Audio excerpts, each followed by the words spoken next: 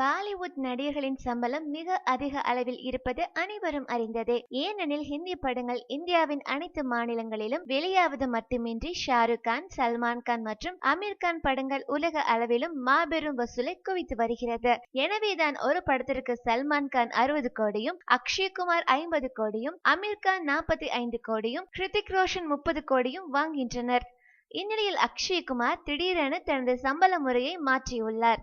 ஒரு படத்திற்கு இவ்வளவு என்று பிக்ஸ் செய்வதற்கு பதிலாக நாள் ஒன்றுக்கு 1 கோடி என்று சம்பளம் நிர்ணயம் செய்துள்ளாராம். காலை 10 மணி முதல் இரவு 8 மணி வரை தன்னை வைத்து எவ்வளவு காட்சிகள் வேண்டுமானாலும் எடுத்துக் கொள்ளலாம் என்றும், ஆனால் ஒரு நாளுக்கு 1 கோடி சம்பளம் வேண்டும் என்றும் கரார் காட்டுகின்றாராம். இந்நிலையில் தற்போது அவர் நடித்து வரும் ஜாலி அலல்பி 2ஆம் பாகத்தில் கோர்ட் காட்சிகள் அதிகம் இருப்பதால் அக்ஷய்குமார் கிட்டத்தட்ட 100 நாட்கள் நடிக்க வேண்டியுள்ளதாகவும், இதனால் அவரது சம்பளம் 100 கோடி ஆகும் என்றும் கூறப்படுகிறது.